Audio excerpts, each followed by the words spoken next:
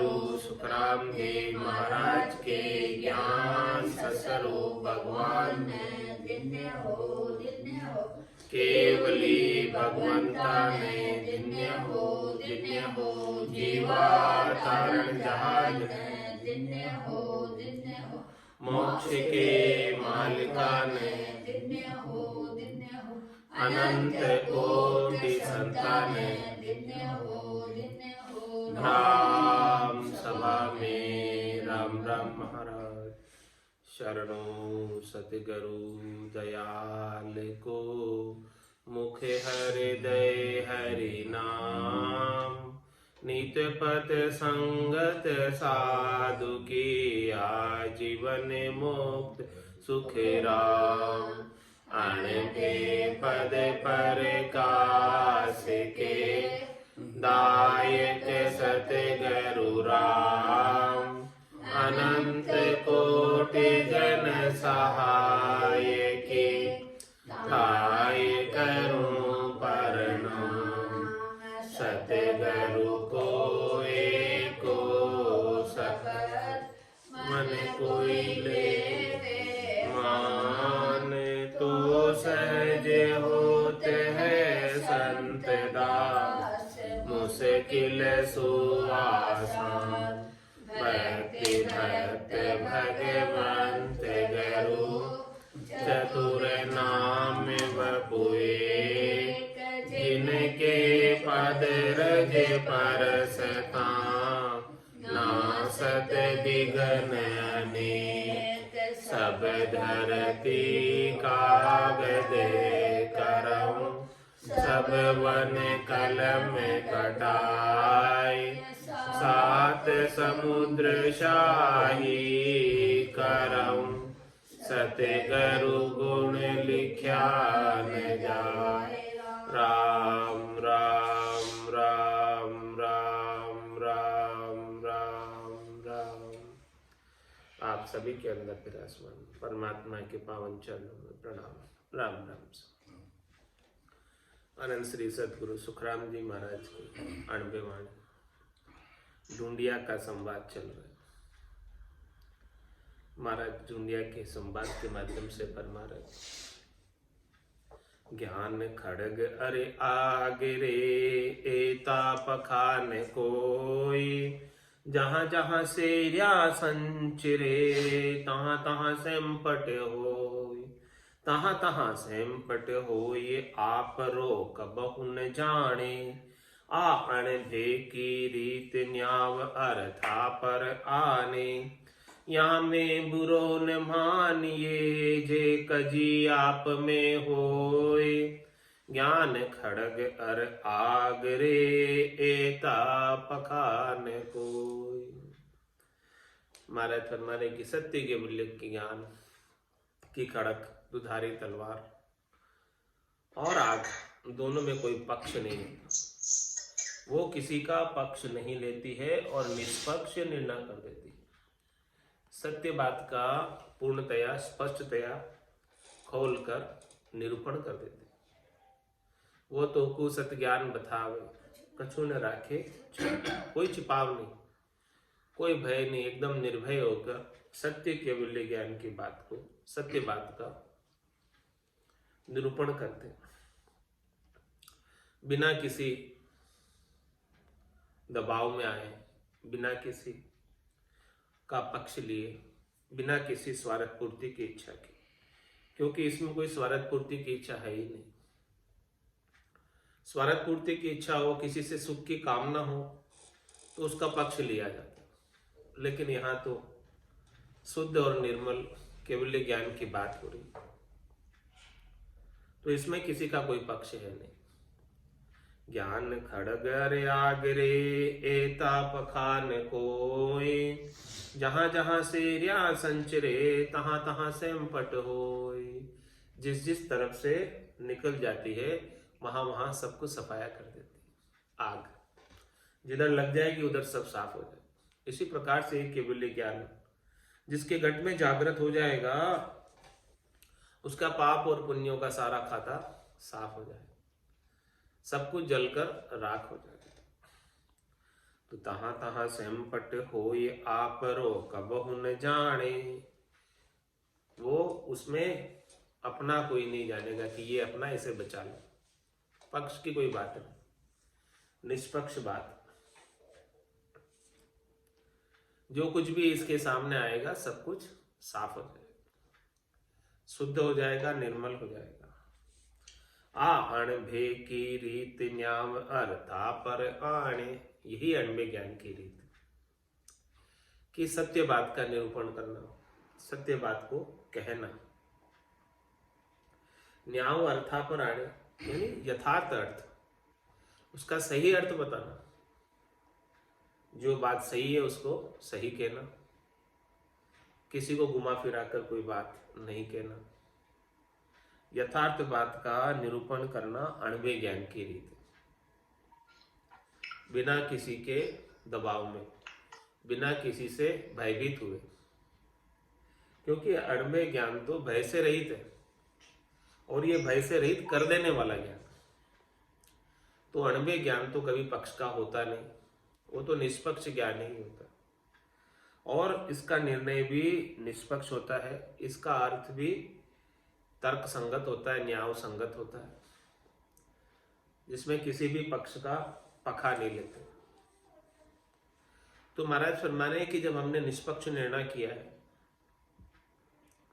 तो हो सकता है किसी को अपनी आलोचना लगे, तो इस निष्पक्ष ज्ञान को सुनकर या मैं बुरो न मानियो जे कजी आप में होय, यदि अपने में कोई कमी है तो उसका बुरा नहीं लगाना, क्योंकि ज्ञान तो सत्य बात का निरूपण कर रहा है। जो कुछ भी कमी अपने में है उस कमी को निकालो।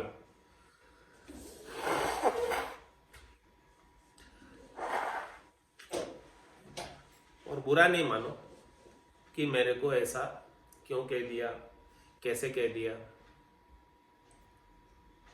कुछ भी कमी है उस कमी को पॉइंट आउट करके ज्ञान के अनुसार चलना आरंभ कर, तो कमी निकल जाएगी, कमी कुछ रहेगी नहीं। तो ज्ञान खड़ग अर आगरे एता पखान कोई। अब महाराज पदराग ढाल में फरमा रहे हैं, मैं तुझ बूझू ढूंढिया मुआ जल किम होई।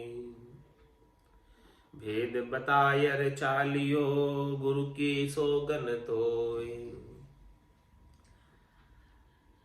पाप पुण्य बिन दोष सु किस विद जी में आन। निकमो अनकिम जाय सो मुझ कहो नि बखान। मैं तुझ बूझो ढूंढिया मुआ जल किम हो। भेद बतायर चालियो गुरु की सौगन तोय। तो पीवे जिन नीर को पावे है मन को लाए। ओ फल फूला आवसी कन ओ निर्फल जाए। मैं बूझू तुझे ढूंढिया मुआ जल किम होय। भेद बतायर चालियो गुरु की सोगन तोय। तुझको देवे रोटियां जाने पुण्य कन पाप।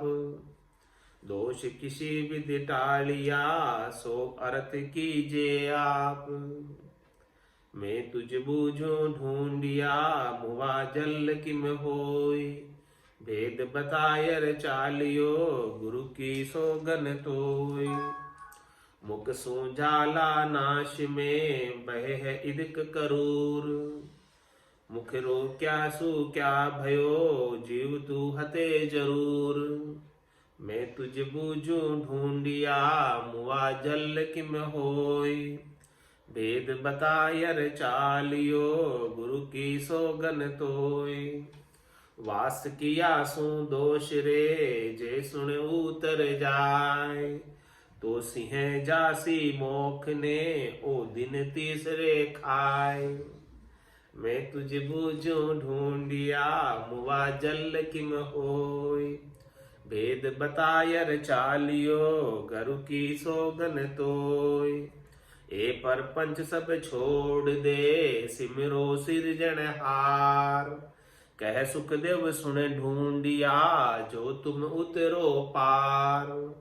मैं बूझो तुझे ढूंढिया मुआ जल किम होय।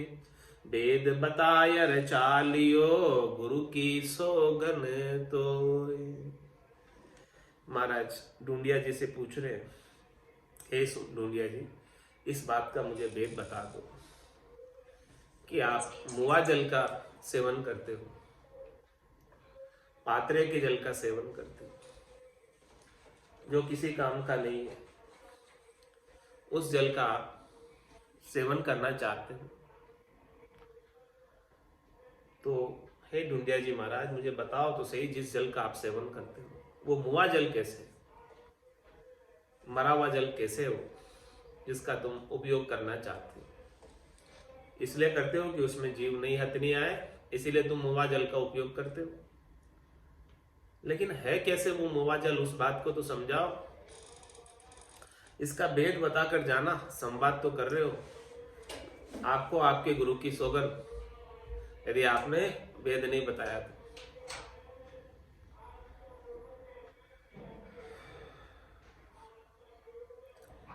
क्या फरमाने? तू पीवे जिन नीर को पावे है बन को लाए। वो फल फूला आवसी कनु निर्फल जाए। आप कहते हो कि हम तो एकदम बेकार जल का उपयोग करते हैं, जो किसी काम का नहीं है, मरा हुआ है। और जिस जल का तुम उपयोग करते हो उस जल को वृक्ष को पिला दो। क्या उस वन के अंदर उस जल को पीने से वृक्ष उगेंगे नहीं क्या? वनस्पति उगेगी नहीं क्या? उस जल के पान से सारी वनस्पति हरी भरी हो जाती है। तो वो मुआ जल कैसे, बेकार जल कैसे, ये बताओ। जल के अंदर तो जीव है, जल जीवों का ही पुंज है। यदि जीव नहीं होता तो तू पीता क्या?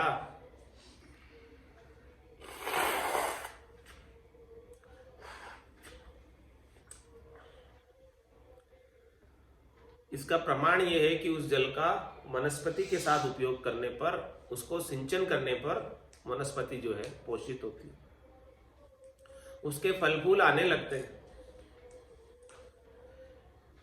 बता दो मुझे इस बात का कि क्या उसके फल फूल नहीं आते? तो हम मान जाएंगे कि ये जल किसी काम का नहीं। वन के अंदर पाने से उसके फल आ रहे हैं तो ये मुआ जल तो नहीं हुआ। और दूसरा महाराज कह रहे हैं, पाप पुण्य बिन दोष सो किस विध जी में आण। क्या बिना पाप पुण्य के जीम सकता है? बिना किसी दोष के? भोजन प्रसाद पा रहा है तो कुछ भी, बिना जीव हते तो भोजन प्रसाद बन ही नहीं सकता। भोजन प्रसाद बनाने के लिए भी कितने ही जीव हतने आते, तब जाके बनता। ये रोटियां भी ऐसे ही नहीं बन जाती, इसके लिए कृषि करनी पड़ती है। कृषि में कितने जीव हतते, फिर गेहूं के साथ गुण भी पड़ जाते हैं, वो भी पीसने में आते, कितने जीव हतने में आते। तो बता मुझे कि पाप पुण्य बिन दोष सु किस विध जी में आण। किस प्रकार से तू जीम सकता है बिना पाप पुण्य के? भोजन प्राप्त कर रहा है, भोजन कर रहा है, उसमें भी बिना पाप पुण्य के भोजन नहीं कर सकता।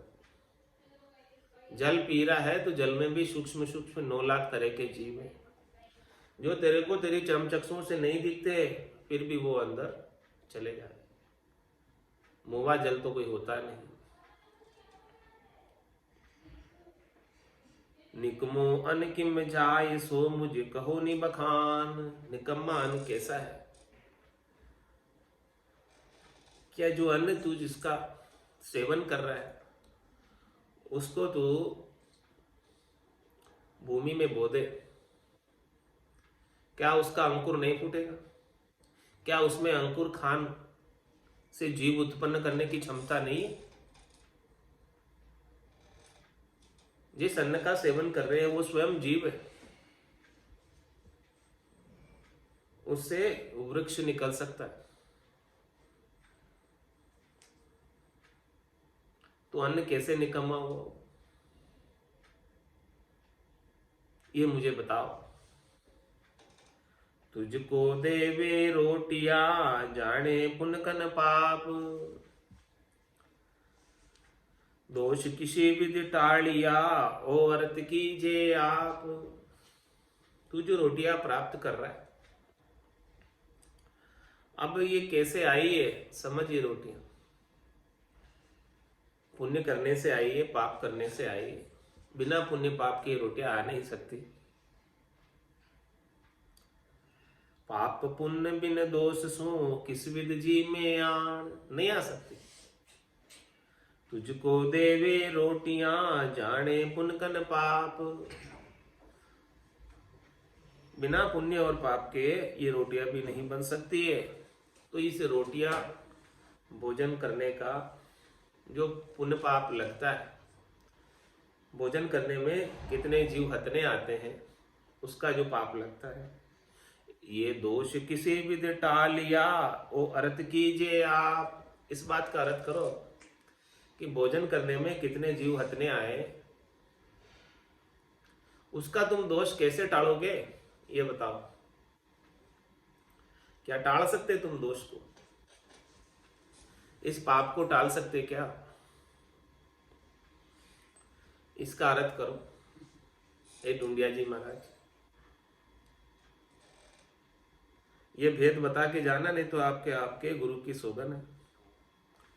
और तीसरा मत पूछ रहे कि मुख सू जाड़ा नास में बहे है अधिक करूर।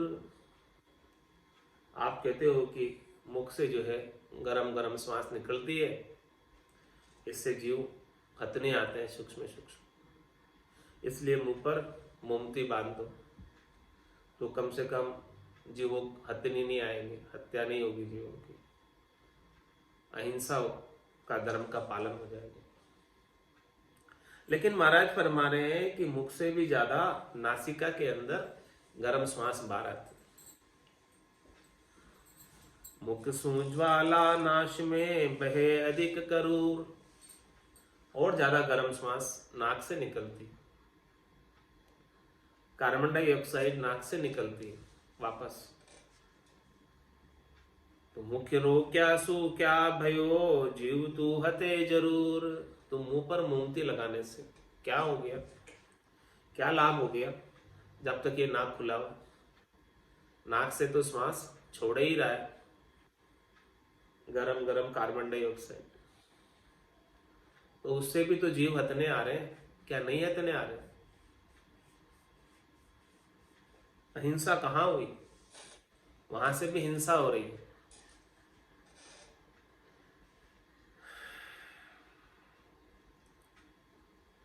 और आगे महाराज फरमा रहे, वास किया सु दोष रे जे सुन उतर जाए।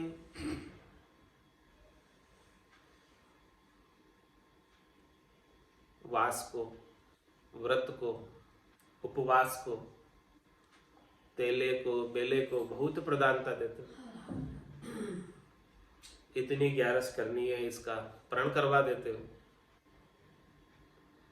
तो क्या केवल उपवास कर लेने मात्र से, उपवास कर लेने मात्र से पाप उतर जाएंगे, दोष उतर जाएंगे, मोक्ष प्राप्त हो जाएगा? तो सिंह जासी मोख ने ओ दिन तीसरे खाए। तो फिर तो शेर का मोक्ष पहले होना चाहिए। शेर जो है हमेशा शिकार करके नहीं खाता, तीसरे दिन खाता। एक दिन खा लिया, दूसरे दिन वास रखता है, और फिर तीसरे दिन खाता वापस। और नहीं मिलता है उसको कोई शिकार, तो उसके घास नहीं खाता, वो वास ही करता शेर। यदि इस प्रकार की बात है, वास करने ने मात्र से मोक्ष हो जाता तो सभी शेरों का मोक्ष हो जाए, क्योंकि वो तो हर दूसरे दिन वास करते। एक दिन शिकार करके खाते हैं, दूसरे दिन वास करते और फिर तीसरे दिन खाते हैं वापस। तो केवल वास कर लेने मात्र से मोक्ष होने वाला नहीं। तो महाराज ये सारी बात समझा रहे किस लिए कि ए परपंच सब छोड़ दे सिमरो सिरजनहार। ये सारे तुम हद के व्यवहारों में जो उलझे हुए हो, ऊपर के नियमों में उलझे हुए हो, इतने नियम बना रखे, इतने नियम बना रखे, इन सब नियमों के अंदर पढ़कर परमात्मा को, मूल ज्ञान को तो भूल ही गए। कभी सुमरण कर ही नहीं पाते हो परमात्मा का, राम जी का। इन नियमों की पालना में रह जाते हो बस। इतने सारे नियम तुम्हारे, तो ये नियमों की पालना करते करते परमात्मा के नाम का सुमरण कब कर पाओगे? कर ही नहीं पाओगे। ये सब पचपरेच रखते रखते नियम तो खाली भक्ति में दृढ़ता लाने के लिए त्याग इजीली हो जाए, दृढ़ता आ जाए। लेकिन उनके नियम ही मूल हो गए और मूल ज्ञान भूल गए। परमात्मा के नाम का सुमरण भूल गए और नियम ही खास हो गए। नियमों को ही प्रधानता देने लग गए, नियम को ही धर्म मानने लग गए कि यही धर्म है। जो हम नियमों की पालना कर ले रहे हैं, हमारा धर्म सज गया और हमारा मोक्ष हो जाएगा। तो महाराज हमारे नियमों की पालना करने से कभी मोक्ष न तो हुआ है, न हो रहा है और न होगा। वापस 84 में जन्म मरण में जाना आना पड़ेगा। ढूंढिया जी महाराज वापस आना पड़ेगा। तो इसीलिए कह रहे हैं, आपको एडवाइस कर रहे हैं, सलाह दे रहे हैं, उपदेश कर रहे हैं। ए परपंच सब छोड़ दे सिमरो सिरजनहार। ये सारे ऊपर के जो हद के व्यवहार है, इन व्यवहारों में ज्यादा नहीं उलझो। इन व्यवहारों में उलझ के परमात्मा को भूल जा रहे हो। आप तो बस सहजता से सहज वृत्ति में आ जाओ और राम जी के नाम का सुमिरण करो, जो ऋषभदेव स्वामी से लगाकर महावीर स्वामी ने किया, वो करो आप। आद भजो जन ऋषभदेव, अंत भजो महावीर। 8 और सिमरण किया, धर चित ध्यान सधीर। धर चित ध्यान सधीर, इकंतर आसन किया। छाड़ दिया सब भरम, जगत सु चारज लिया। केवल भज केवल हुआ, चुगे हंस ताहीर। आद भजो जन ऋषभदेव, अंत भजो महावीर। जो 24 तीर्थंकरों ने मूल ज्ञान का प्रतिपादन किया था, उनका सुमिरन किया था और उस ज्ञान के अनुसार साधना करके परम पद को, केवल पद को प्राप्त हुए थे, उसका अनुसरण करो। जो बाद में हद के व्यवहार बनाए हैं, इन हद के व्यवहारों में मत उलझो। इनको उलझ के कोई लाभ मिलने वाला नहीं है। जब तक कि अखंडित रूप से सृजनहार परमात्मा राम जी का भजन नहीं होगा, जब तक निज नाम की जागृति नहीं होगी, सतनाम कुदरत कला नियंचर की जागृति नहीं होगी, भावना बारे की वस्तु जब तक हाथ नहीं लगेगी, तब तक हद के अंदर ही उलझकर अपने समय को ऐसे ही मिनखा दही जो बड़ी मुश्किल से प्राप्त हुई है, व्यर्थ गंवा कर चले जाओगे और फिर बहुत समय लग जाएगा। 4 जुगा बिच एक ही 12, अवसर नर्तन पावे। सदगुरु मिलिया बिना जीव सुना, फिर 84 जावे। देखो अभी आपको सदगुरु मिले, इसलिए आपको इतना उपदेश करके बता रहे, और सदगुरु के मिले बिना ये जीव वापस 84 में आ जाएगा। आद भजो जन ऋषभदेव, अंत भजो महावीर। ऋषभदेव स्वामी ने संकादिक ऋषियों से ये केवल्य का ज्ञान लेकर और इसकी उपासना की और आनंद को प्राप्त हुए, और फिर बाद में 23 तीर्थंकर और हुए, उन्होंने भी इसी केवल्य ज्ञान को साधना करके केवल्य पद को प्राप्त हुए। और सबसे लास्ट में 24वें तीर्थंकर महावीर स्वामी, उन्होंने भी इसी केवल ज्ञान को साधना करके निर्वाण पद को प्राप्त हुए। आद बजो जन ऋषभदेव, अंत बजो महावीर। और क्या किया? 8 पोर सिमरन किया, 8 पोर सिमरन किया, दर्चित ध्यान सदीर। वही एडवाइस कर रहे हैं महाराज अभी ढूंढिया जी को कि सिमरो सिरजनहार। जो 8 पोर सिमरन उन्होंने किया। 8 पोर का मतलब क्या? 24 घंटे। 24 घंटे भला कोई कैसे कर सकता है? क्या रात में सोए नहीं? महाराज फरमाने कि जब निज नाम जागृत हो जाता है वो अखंडित होता है। रात में सो भी गए तो भी वो निज नाम का दुनियात्मक शब्द अखंडित रूप से गरनाता रहता है। सोवु तो सोवन नहीं देवे, जगसु हेत न बांधे। ऐसे निज नाम की जब तक अनुभूति नहीं होगी तब तक वो अखंडित नहीं हो सकता, 8 पोर नहीं हो सकता। 8 पोर सिमरन किया, धरचित ध्यान सदीर। बड़ी धीरजता के साथ चित्त लगाकर ध्यान लग गया, चित्त लग गया, उसमें ध्यान लग गया, सब उसमें लग गया, निज नाम में दुनियात्मक शब्द में लग गया। दर्चित ध्यान सदीर इकंतर आसन किया। इकंतर आसन का मतलब आसन यानी ध्यान वहां लग गया गिगन मंडल में। आसन हमारा गिगन मंडल में, रहूं जगत के माई, मेरे को मेरा जन जाने, ओरा को गम नाई। एक परमात्मा में, एक राम जी में ध्यान लग गया, इकंतर आसन किया। और इस एक आसन, एक ध्यान, एक परमात्मा, एक राम जी के सिवाय छाड़ दिया सब भरम, जगत सुचारत दी। अन्य जितनी भी चीजें थी सबको छोड़ दिया, अन्य किसी चीज को नहीं पकड़ा, छाड़ दिया सब भरम। अन्य जितने भी है राम जी के अलावा वो सब भरम है। तो छाड़ दिया सब भरम, जगत सु चारत लिए। जगत से न्यारे हो गए, संसार में रहते हुए संसार से अलग हो गए, जीते जी मोक्ष को प्राप्त हो गए। जगत सु चारज लिया, केवल बज केवल हुआ। ये केवल को बसते बसते केवल रूप ही हो गए, राम रूप ही हो गए। केवल बज केवल हुआ और चुगे हंसता ही। वहां पर जो है हंसवती आत्माओं के रूप में हीरे चुग रहे हैं, राम नाम के मोती चुग रहे हैं, ऐसे आनंद को प्राप्त कर रहे हैं।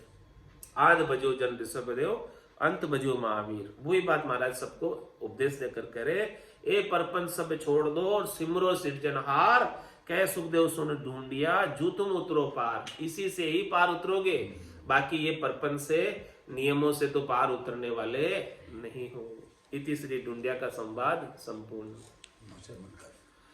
मोसर मिने खाते ही मिल्यो है, मते कोई गाफिल जोरे। मोसर मिने खाते ही मिल्यो, मते कोई गाफिल जोरे। खुटिया श्वास फेर नहीं आवे, राम राम भजली जोरे। खुटिया श्वास फेर नहीं आवे, राम राम भजली जोरे। जानत है शिर मोत कड़ी, चलनो सांझ सवेरा रे। जानत है शिर मोत कड़ी, चलनो सांझ सवेरा रे। 5 25 बड़े जोरावर, लूटत है जीव डेरा रे। 5 25 बड़े जोरावर, लूटत है जीव डेरा रे। मोसर मिन खादे मिल्यो है, मत कोई गाफिल जोरे। खुटिया श्वास फेर नहीं आवे, राम राम भजली जोरे।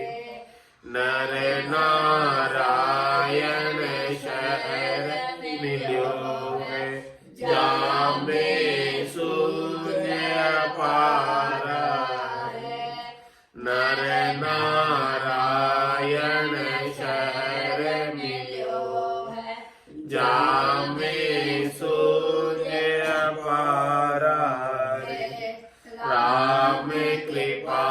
कर तोय बसायो, या में काल तुम्हारा है। राम कृपा कर तोय बसायो, या में काल तुम्हारा है। मोसर बिन खादे मिलो है, मत कोई गाफिल रीजोरे। कुटिया श्वास फेर नहीं आवे, राम राम भजली जोरे। जन्म जन्म का खाता चूके, होए मन राम सनेही रे। जन्म जन्म का खाता चूके, होए मन राम सनेही रे।